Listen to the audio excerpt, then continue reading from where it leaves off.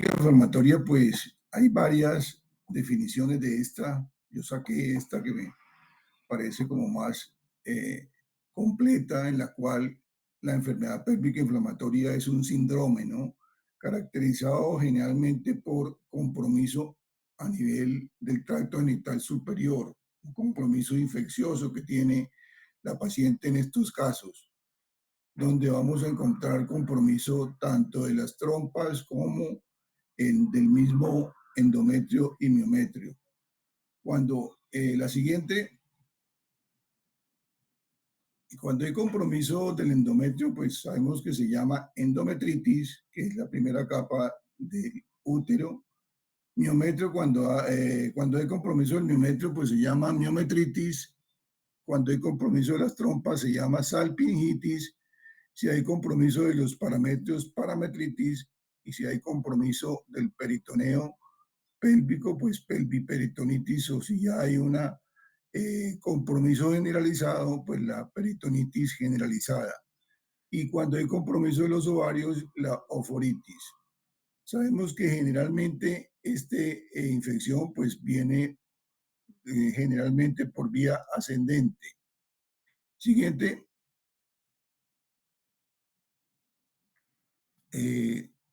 Sabemos de que es una de las infecciones más importantes y más frecuentes que se presentan en la mujer no embarazada en la vida reproductiva. Por lo tanto, pues en aquellas mujeres que no tienen vida sexual activa, pues es muy raro encontrar el cuadro de enfermedad pélvica inflamatoria. Esta patología de la enfermedad pélvica inflamatoria se ha considerado pues un problema de salud pública, ¿no? Por los diferentes cuadros clínicos que presentan, que llevan pues a incapacidades frecuentes con aumento de los costos tanto directos e indirectos que pueden presentar este tipo de patologías. Entonces sabemos de que pueden tener cuadros de dolor pélvico, de alteraciones menstruales y sobre todo de secuelas como son la infertilidad y el embarazo ectópico y el dolor pélvico crónico que pueden tener estas pacientes en casos de infecciones de enfermedad pélvica inflamatoria a repetición. La incidencia pues no es tan fidedigna, digamos así, en los diferentes estudios, porque esta es una de las patologías donde mayor cuadros subclínicos presentan. Muchas veces estas pacientes inclusive a veces pueden presentar cuadros asintomáticos y estar presentando un cuadro de enfermedad pélvica inflamatoria, y posteriormente es que se ven las secuelas en estas pacientes, como es el caso de la infertilidad o el embarazo ectópico. Siguientes. La siguiente. Teniendo en cuenta esto, pues sabemos de que este cuadro de enfermedad pélvica inflamatoria es una infección generalmente polimicrobiana, donde las dos microorganismos más importantes a tener en cuenta es la Neisseria gonorrea y la Clamidia trachomatis. Se dice que las 3/4 partes de los cuadros de enfermedad pélvica inflamatoria tiene que ver o son positivas para el gonococo y la Clamidia trachomatis. Otros gérmenes que pueden estar implicados allá y que pueden salir positivos en los cultivos es el micoplasma, el uroplasma, ya el Streptococcus galacti, los anaerobios del tipo la Escherichia coli, el Haemophilus, la Gardnerella vaginalis y algunos otros gérmenes anaerobios como el Pectostreptococcus y otros menos frecuentes que se pueden evidenciar también. Siguiente. Pues el mecanismo de transmisión más importante en este caso pues son las pacientes con vida sexual activa. Entonces sabemos de que hay un progreso de los microorganismos a través del canal vaginal, desde la vagina, cervix, a colonizar las trompas. Hay que tener mucho en cuenta que el dispositivo es uno de los mecanismos de pronto con mayor frecuencia que pueden tener estas pacientes. Por lo tanto, la gran importancia de insistir mucho en la historia clínica, si con qué tipo de método de planificación está planificando. Entonces, aquellas pacientes con dispositivo, pues tenerlo en cuenta y sobre todo las 2, 3 primeras semanas después de la aplicación, cuando no se hace una buena asepsia, antisepsia y no se maneja el antibiótico profiláctico en estas pacientes. Igualmente, cualquier tipo de prueba que se haga invasiva a nivel ya del útero, a nivel de las trompas, ya en estos casos la histerosalpingografía, la histeroscopia, la fetoscopia, cualquiera de estos, la miocentesis, pueden en un momento dado ayudar a los cuadros de enfermedad pélvica inflamatoria. Ya otro de los menos frecuentes que podemos encontrar son cuadros por compromiso a nivel hematológicos, como son la tuberculosis, cuadros por mecanismos de linfáticos y por antigüedad, como es la apendicitis en estos casos. Siguiente. Aquí observamos pues el riesgo de enfermedad pélvica inflamatoria en una paciente después de una inseminación artificial, no una inseminación intrauterina. Sabemos que es un procedimiento donde se hace manipulación, donde hace invasión a la cavidad uterina, a la cavidad endometrial, donde podemos aumentar hasta 3 veces las probabilidades de enfermedad pélvica inflamatoria. Y por ende, pues el daño a nivel de las trompas, de las ilias, de las adherencias que pueden producir este cuadro de enfermedad pélvica inflamatoria, aumentando el riesgo pues de infertilidad y de embarazo ectópico. Igualmente, como en estas pacientes también se utilizan inductores de ovulación, pueden aumentar también los cuadros de hiperestimulación ovárica que llevan a quistes de ovario y por ende a torsión de ovario que se caracteriza muchas veces por cuadros de abdomen agudo, de dolor pélvico a nivel hipogastrio y que pueden en un momento confundir y es uno de los diagnósticos diferenciales a tener en cuenta. Siguiente. En cuanto a la epidemiología, pues sabemos de que 1 de cada 10 mujeres ya pueden hacer enfermedad pélvica inflamatoria en su vida reproductiva, teniendo en cuenta que la mayor frecuencia de enfermedad pélvica inflamatoria la encontramos en pacientes jóvenes, que puede ir desde los 15 años hasta los 25 años. Se dice que 3 de cada 4 mujeres la enfermedad pélvica inflamatoria se presenta antes de los 25 años. Y por lo tanto, pues en aquellas pacientes que no tienen vida sexual activa, pues es muy improbable que encontramos un cuadro de enfermedad pélvica inflamatoria. Siguiente. Afortunadamente, pues la mortalidad de esta patología no es muy alta. Se habla de 1 en cada 10.000 casos de enfermedad pélvica inflamatoria.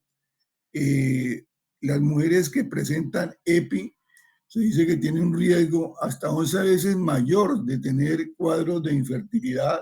Sabemos que hay un compromiso tubárico ya franco, severo, y hasta 7 veces mayor de tener un embarazo ectópico. Entonces son cuadros que siempre que se presenta la situación, pues hay que estar atentos para que descubramos un momento dado este tipo de patologías. Aproximadamente el 12% de estas mujeres en el primer episodio de EPI hacen infertilidad, con el segundo episodio hasta el 25% y con el tercer episodio de EPI pueden llegar hasta el 50%. De ahí la importancia que hay de hacer un diagnóstico temprano y un tratamiento oportuno, o sea, iniciar el tratamiento una vez se haga el diagnóstico clínico de estas pacientes, no esperar a que nos lleguen todos los exámenes para poder empezar el tratamiento antibiótico en este caso. Siguiente. Dentro de los factores de riesgo a tener en cuenta, entonces sabemos de que pues es una población adolescente, ¿no? En los adolescentes sabemos de que la vida sexual es mucho más activa, tienen mayores riesgos ya de promiscuidad estas pacientes. Lo que digo, muchas veces la planificación con el dispositivo pues puede aumentar ya el riesgo de enfermedad pélvica inflamatoria. Ya dijimos en aquellas pacientes que no tienen buena asepsia, antisepsia durante la colocación del dispositivo que no utilizan antibióticos profilácticos, pues es mucho mayor el riesgo de enfermedad pélvica inflamatoria. Igualmente, en procedimientos, ya hablamos terapéuticos, en procedimientos diagnósticos, como la histerosopringografía para determinar compromiso tubárico, o la histeroscopia en caso de que necesitemos por cuadros de HUA, o sea, hemorragia uterina anormales con presencia de pólipos o miomas a nivel submucosos, hay que hacer la histeroscopia. Entonces, estos son cuadros que aumentan el riesgo de la enfermedad pélvica inflamatoria. Lo que vimos, la misma promiscuidad sexual, pacientes que tienen más de 3, 5 compañeros sexuales, esto hace que se aumente esta patología. Mientras que los anticonceptivos de barrera y los mismos anticonceptivos, ya esto se considera un factor protector, pues porque van a producir una modificación, un espesamiento del moco cervical y más bien sirve de taponamiento para el ingreso de los microorganismos. Siguiente. En cuanto a la fisiopatología de la enfermedad pélvica inflamatoria, pues sabemos que inicialmente hay una infección primaria, ya no, como digo, generalmente por un solo germen. En estos casos, pues hay un ascenso espontáneo de los microorganismos, digo, desde la vagina, del cervix, al endometrio, las trompas y las estructuras vecinas, peritoneo, ya. También a veces se presenta una producción de enzimas que van a degradar el moco cervical.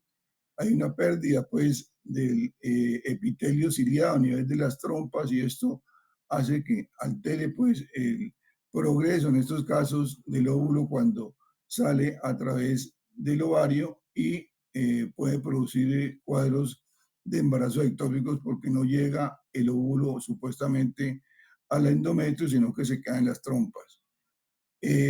Después viene ya la infección polimicrobiana oportunista, en estos casos ya habiendo un daño primario, donde supuestamente ya también hay una destrucción tisular y hay un predominio en estos casos mayores de anaerobios. Entonces ahí empieza a tener mucho más daño las trompas y eso hace que presenten cuadros mucho más severos estas pacientes. Siguiente. La siguiente. El cuadro clínico de la enfermedad pélvica inflamatoria, como dijimos, pues es muy amplio. Pueden ser cuadros desde asintomáticos, cuadros subclínicos con mucha frecuencia. O sea, el cuadro característico de dolor pélvico, de dolor a la movilización del cervix, de flujo purulento a través del endocervix, es un cuadro que no se presenta más allá de un 25 o 30%. La gran mayoría de estas pacientes son cuadros generalmente subclínicos, son cuadros sordos, con dolor sordo a nivel de hipogastrio, y esto hace que pues, el diagnóstico no es un diagnóstico fácil de realizar. Como digo, pues un dolor sordo generalmente es de compromiso bilateral, porque hay compromiso de ambas trompas, aparece inmediatamente después de la menstruación y que se agudiza con la maniobra de Valsalva. Este dato es importante tenerlo en cuenta. Yo insisto mucho en este caso de la fecha de la última regla. Sabemos de que este cuadro, más del 70% de los cuadros de EPI se presenta entre el quinto y el séptimo día de la menstruación. ¿Por qué? Porque está abierto el cervix, hay mayor probabilidad de ascenso a través del endocervix. Entonces, ese cuadro se presenta, como te digo, en la etapa en etapa postmenstruación o menstruación, mientras que el dolor pélvico a nivel de la mitad del ciclo, día 12, día 14, ahí hace pensar más en un cuadro de ovulación dolorosa o un cuadro de una ruptura del folículo. En este caso, pues hay un folículo hemorrágico roto, y si se presenta este dolor en la etapa premenstrual y en aquellas pacientes, sobre todo que han tenido cuadros de oligomenorreas, de muchas veces de que no planifican y no quedan embarazadas, o sea, hay cuadros de infertilidad también o de síndrome de ovario poliquístico, hay que estar atento a la endometriosis. Entonces son los 13 parámetros a tener en cuenta, en este caso dolor pélvico, para hacer un diagnóstico mucho más efectivo en estos casos y tener un diagnóstico temprano para iniciar el tratamiento. Otros síntomas importantes que se pueden presentar en el cuadro clínico de la EPIC es la dispareunia, ya un sangrado genital también anormal, puede haber metorragias, lisurias, a veces náuseas y vómitos en un 40-50% de los casos. A la exploración, pues vamos a encontrar al tacto bimanual un dolor característico ya importante, la movilización de las trompas a nivel del cervix, ya la inspección, pues vamos a encontrar la especuloscopia, presencia de flujo generalmente amarillento, ya proveniente del endocervix, maloriente y si el dolor se presenta solamente en una unilateral, ya sea izquierdo o derecho, pues hay que pensar que esta paciente ya esté haciendo un cuadro ya de accesos a nivel tubovárico, a nivel del ovario, a nivel de la trompa. Siguiente. La clasificación clínica etiológica, pues la dividen en tres categorías: la enfermedad pélvica inflamatoria aguda, que es aquella que no dura más de 30 días en su cuadro clínico, y las causas más importantes sigue siendo, como digo, la Neisseria gonorrea, la Clamidia trachomatis, el micoplasma, y posteriormente algunos otros tipos de microorganismos que están ahí, como la Pectostreptococcus, eh, el micoplasma minis, el uroplasma, y a otros, el estreptococo, el estafilococo, la E. coli, y los subclínicos, el cuadro de enfermedad pélvica subclínica también tiene que ver la Clamidia trachomatis y la Neisseria gonorrea. Y la enfermedad pélvica inflamatoria crónica, que es aquella que dura más de 30 días, igualmente Mycobacterium tuberculosis y la actinomyces, especialmente en aquellas pacientes, como te digo, que tienen dispositivos intrauterinos. Siguiente. La clasificación según los estadios clínicos, entonces lo dividen en 4.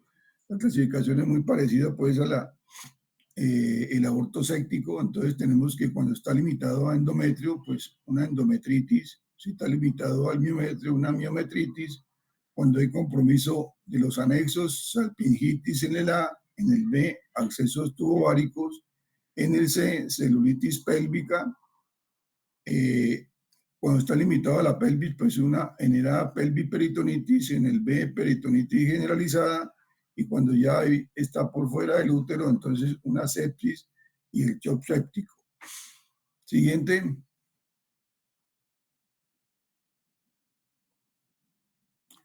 En cuanto al diagnóstico, pues teniendo en cuenta pues, que es una enfermedad ya muy bizarra, pues el diagnóstico debe ser bastante específico para saber y encajarla pues en el diagnóstico de la enfermedad pélvica inflamatoria. Se dice que pues si se retrasa el diagnóstico y por ende pues el tratamiento médico, pues vamos a tener mucho más complicaciones de esta paciente. Por lo tanto, se recomienda iniciar el tratamiento antibiótico ya en estas pacientes que presentan dolor pélvico ya presente en la exploración al menos uno de los siguientes criterios mínimos. Entonces, toda paciente con dolor a la movilización del cuello, toda paciente con dolor a la sensibilización en el tacto bimanual del útero o dolor ya anexial, estas pacientes se deben iniciar inicialmente el tratamiento. Lo que dije ahorita, no esperar que lleguen los exámenes, que llegue el cultivo, que llegue de pronto el frotis vaginal, no, empiece tan pronto usted tenga un cuadro. Lo más importante de esto es descartar que no vaya a ser una apendicitis, que no vaya a ser un cuadro séptico en estos casos. Siguiente. Bueno, entonces, para mejorar ya el diagnóstico y la especificidad del diagnóstico, pues hay que tener en cuenta los otros criterios ya menores: temperatura mayor de 38 grados, ya la secreción mucopurulenta que podemos encontrar en la especuloscopia, la presencia de abundantes leucocitos en el exudado, en la muestra que se toma del Graniel directo en solución salina. Vamos a encontrar también un aumento de la velocidad de segmentación y el PCR en el cuadro hemático que se hace, y el diagnóstico microbiológico que se puede encontrar en estos pacientes a nivel del endocervix cuando se toman las muestras para gonococo o clamidia. Se dice que si el hecho de que no encontrar en estos casos positivo para clamidia o gonococo ya no descarta que la paciente esté cursando con una EPI.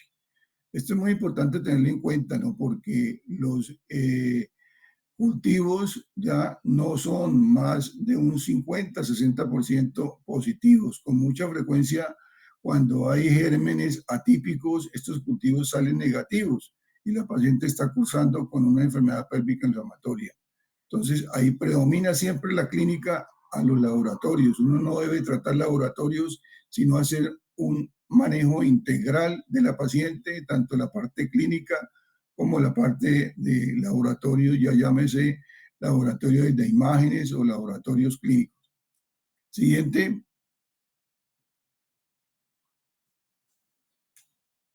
En cuanto a hacer un diagnóstico con biopsia de endometrio, pues se puede hacer también determinando pues que la paciente, la biopsia pues va a durar más o menos de 3 a 5 días, entonces se puede tomar la muestra y como te digo, inicialmente, tempranamente el antibiótico. Aquí pues en este caso vamos a encontrar presencia pues de polimorfonucleares, de aumento de leucocitos, ¿ya? Y que nos hace ya pensar en una endometritis. En cuanto al diagnóstico por imágenes, pues lo más frecuente que uno hace en primera instancia es la ecografía transvaginal, que es la herramienta que tenemos en el consultorio, así pues de bola a bola, de primera instancia. Después, si ya de pronto hay alguna duda de esto, pues podemos recurrir al TADO, a la resonancia magnética. Ya aquí vamos a encontrar pues presencia de líquido a través de las trompas, entonces vamos a encontrar piosalpin o hidrosalpin, o a veces líquido a nivel del saco de Douglas. En estos casos, pues ya hace pensar el crecimiento de las trompas dilatadas, o presencia ya de masas a nivel de tubováricas. Muchas veces el Doppler está positivo en estos casos para enfermedad pélvica inflamatoria. Los hallazgos de la laparoscopia, ¿no? La laparoscopia se considera el gol estándar para diagnóstico de la enfermedad pélvica inflamatoria, pero eso no hace que sea el primer examen a tener en cuenta. La laparoscopia, siendo un método invasivo, se deja para cuadros en los cuales hay duda o hay supuestamente dificultad para el diagnóstico. Entonces, allí es que se lleva la paciente a la laparoscopia diagnóstica porque sabemos de que es un cuadro invasivo donde hay riesgos de perforación ya de víscera hueca, llámese intestino, colon, o muchas veces inclusive compromiso a nivel hepático o a nivel de la vejiga, a nivel de vaso. Entonces, siempre este examen no se debe hacer de entrada, sino, como te digo, para casos ya complicados, especiales. Cuando se sospecha EPA, pues hay que, además de pensar, pues, de que tenemos estos tipos de patologías, pues siempre hay que pedirle los otros exámenes para enfermedades de transmisión sexual, como es la sífilis, entonces pedirle su serología, el VDRL, VIH ya para SIDA y antígeno de hepatitis B para hepatitis B. Siguiente.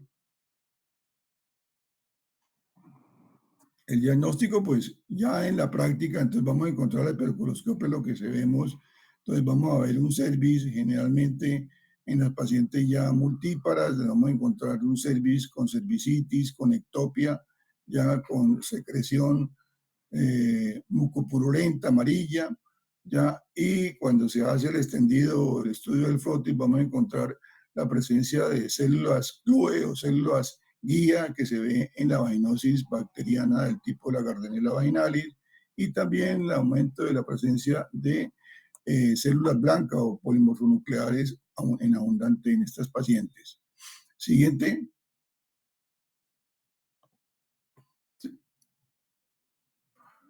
Bueno, entonces en cuanto al diagnóstico diferencial, pues ten en cuenta los cuadros obstétricos. Entonces, en estos casos, pues siempre que haya dolor pélvico o haya irregularidades menstruales, Así la paciente tenga ligadura de trompa o tenga pomeroides, se debe pedir una prueba de embarazo o mejor una fracción beta de gonadotrofina coriónica para ir descartando embarazo ectópico, ya quistes funcionales. Entonces, en estos cuadros, pues como entonces pensar en embarazo, pensar en un ectópico, pensar en un aborto séptico en este caso, ¿ya?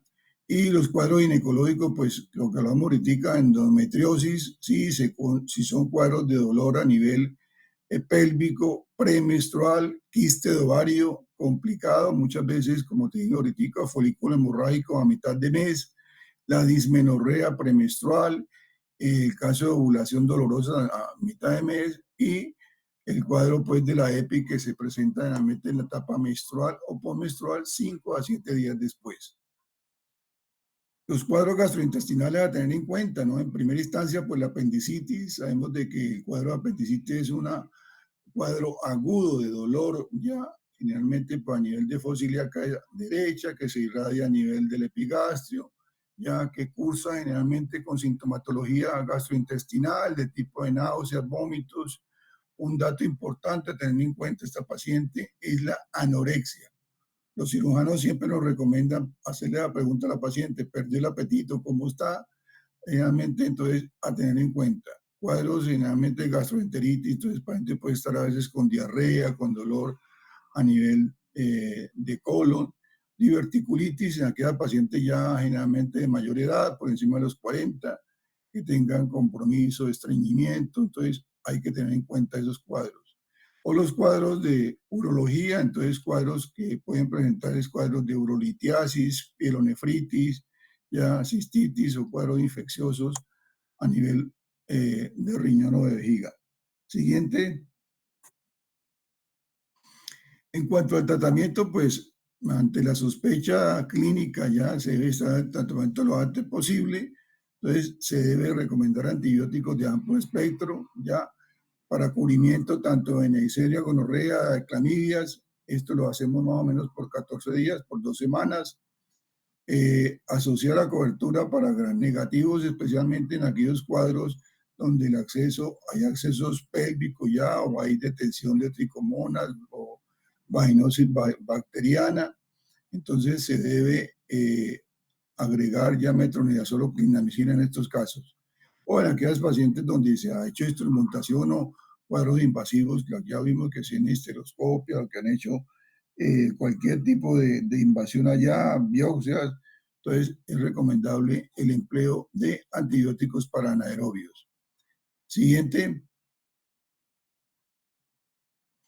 Entonces, en el cuadro del tratamiento ambulatorio, pues son aquellos en los cuales observamos unos cuadros leves o moderados. Se dice que hay que hacer una reevaluación. Cuando usted mande una paciente para la casa con antibióticos, porque sabe que no es una EPI complicada, entonces debe citarla y escribir en la historia que debe ir a control máximo en 3-5 días para ver cómo es la evolución de la paciente, si ha tenido un efecto el antibiótico, si ha mejorado, o en su defecto, pues amerita hacer un tratamiento intrahospitalario para que la paciente mejore. Siguiente. Lo que más aquí, entonces, cuando la respuesta del tratamiento médico domiciliario no ha sido el más efectivo, pues la paciente debe estar hospitalizada, ya debe estar hospitalizada y hacer un manejo intrahospitalario. Entonces, se deben hospitalizar las pacientes con enfermedad grave, con afectación importante del estado general, pacientes que tengan fiebre alta por encima de 38 grados, con vómitos incoercibles, que no tolere la vía oral, mal tolerancia pues a los antibióticos por vía oral, pacientes que presenten ya la ecografía de accesos tubováricos por riesgo de ruptura, o pacientes que estén embarazadas ya por el incremento pues de la mortalidad tanto materna como fetal, o en aquellas pacientes donde no es posible descartar que tengamos que hacer una laparotomía exploratoria, o en aquellas pacientes en los estados inmunosupresivos que tengan SIDA, que tengan tratamiento oncológico. Entonces se debe hacer más bien el tratamiento intrahospitalario. Siguiente. El tratamiento quirúrgico queda reservado para casos ya muy severos que no responden al tratamiento médico. Entonces, en aquellos casos de que, por ejemplo, tienen cuadros de accesos tubováricos y ese acceso va aumentando en tamaño en lugar de reducir de tamaño, la paciente empieza a tener mucho más dolor, a tener cuadros pues, de fiebres en picos. En esas pacientes amerita hacer una laparoscopia, una laparotomía o laparoscopia diagnóstica y terapéutica, ¿no? Entonces, en esos casos, pues afortunadamente ya tenemos la laparoscopia en nuestro medio, donde supuestamente podemos hacer una laparoscopia diagnóstica y ahí determinamos qué tipo de tratamiento se debe hacer. Entonces, si hace punción, en caso de que sea un acceso pequeño, pues puede puncionar, aspirar, o en su defecto, pues ya hacer la quistectomía o la resección, muchas veces anesectomía o salpingoforectomía, dependiendo de los hallazgos que haya. Siguiente. Entonces, el tratamiento por vía oral, la primera elección, este tratamiento, como te digo, pues es el manejo que se hace generalmente en USA, ya del CDC de Atlanta, entonces recomienda cepriazona 250 miligramos intramuscular dosis única más doxiciclina 100 miligramos cada 12 horas más metronidazol durante 14 días.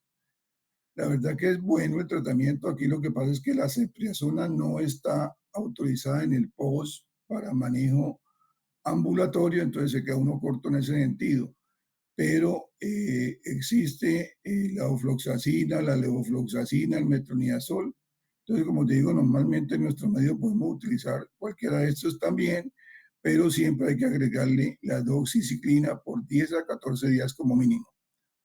Segunda opción, igualmente, cefocitin, 2 miligramos con más probenecid, dosis única, más doxiciclina, más metronidazol. Siguiente. Como alternativos, pues, cepriazona con acitromicina, 1 gramo a la semana durante 2 semanas. Otro antibiótico pueden utilizar la moxifloxacina cada 12 horas. Estos medicamentos no están en el POS. Entonces, no se deben manejar así de primera elección. Siguiente.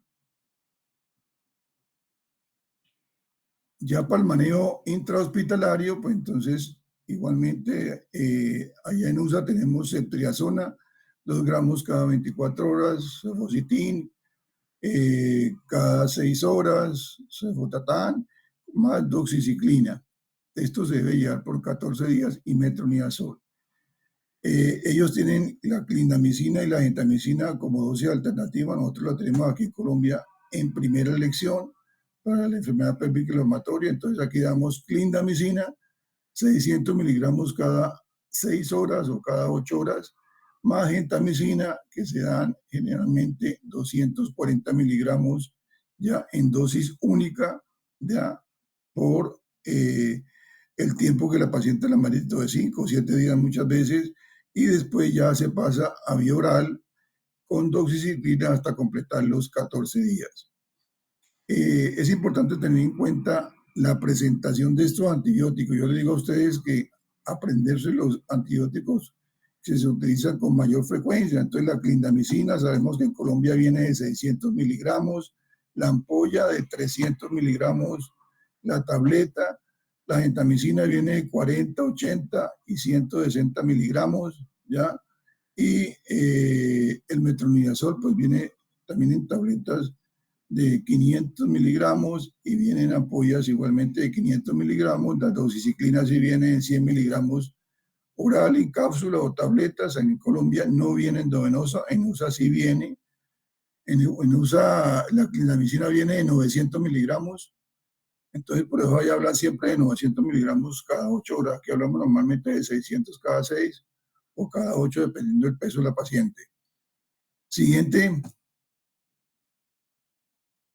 Como alternativa, pues la ofloxacina, 400 intravenoso cada 12 horas, más metronidazol, ampicilina sulfactán, 3 gramos cada 6 horas, más doxiciclina, hasta completar los 14 días. Siguiente. Siguiente. Dentro de las complicaciones de la enfermedad pélvica inflamatoria, entonces hay que tener en cuenta las complicaciones agudas, obviamente en aquellas pacientes que tienen accesos tubováricos, pues estos se pueden romper y llegar a cuadros de hiperitonitis o peritonitis generalizada, hasta shock séptico, y muchas veces también la perihepatitis o síndrome de Fish-Hughes-Curtis, que es una perihepatitis generalmente por clamidia o gonococo. La secuela ya a mucho mayor tiempo, secuelas medianas a largo plazo, pues la infertilidad, la esterilidad, el embarazo ectópico ya y el daño por daño tubárico en estos casos y el dolor pélvico crónico secundario pues al cuadro de adherencias pélvicas que pueden tener estas pacientes. Este dolor pélvico pues es un dolor de cabeza generalmente para nosotros los ginecólogos, teniendo en cuenta que son cuadros que se presentan a repetición, muchas veces la paciente termina incluso en histerectomía por el cuadro de dolor pélvico y a veces es tan marcado que hace usted la histerectomía y la paciente muchas veces continúa con dolor.